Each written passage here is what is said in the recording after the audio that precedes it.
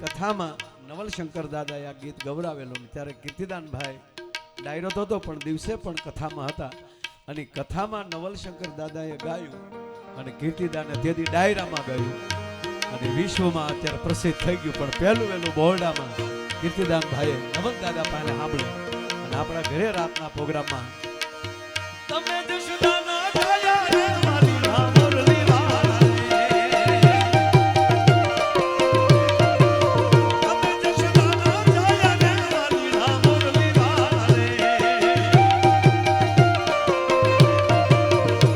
ભજે તને ભજે તને ભજે વચની વાળા રે કનૈયા મોરલી વાળા રે કનૈયા મોરલી વાળા રે વાલીડા મોરલી વાળા